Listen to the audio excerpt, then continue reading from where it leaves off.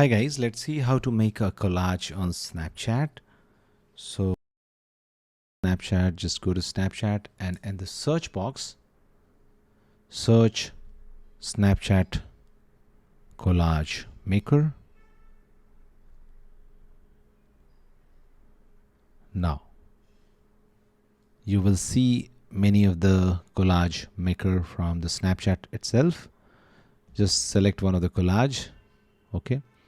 Now you can drag this like this to resize the collage. Now this is a 3-picture collage. Now just select one of the picture, just tap on it, and this photo icon will be there.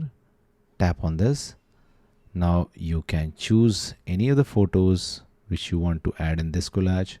Now tap on the next collage, and again this picture icon will be there. Now select whatever you want to select in this collage. Now let's tap on the third collage and this will be visible. The icon will be visible. Now here you can tap on the third collage.